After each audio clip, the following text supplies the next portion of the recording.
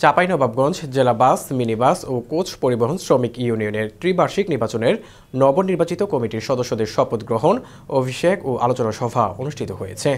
শনিবার হরিপুর খোসালডাঙ্গা প্রাথমিক বিদ্যালয়ের প্রাঙ্গণে অভিষেক ও আলোচনা সভা অনুষ্ঠানের শুরুতে নবনির্বাচিত কমিটির সদস্যদের শপথ বাক্য পাঠ করান নির্বাচন পরিচালনা কমিটির চেয়ারম্যান অ্যাডভোকেট সাইফুল ইসলাম রাজা।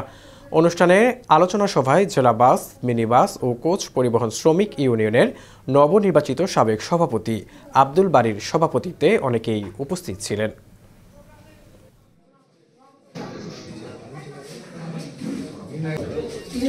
ইসলাম শহীদ, চাঁপাইনবাবগঞ্জ জেলা বাস, মিনিবাস ও কোচ পরিবহন শ্রমিক ইউনিয়নের 2024 হইতে 2007 প্রদান করব। সমিতির সাধারণ সভায় আপনারা আমাদের সিনিয়র অ্যাডভোকেট সাইফুল ইসলাম রেজা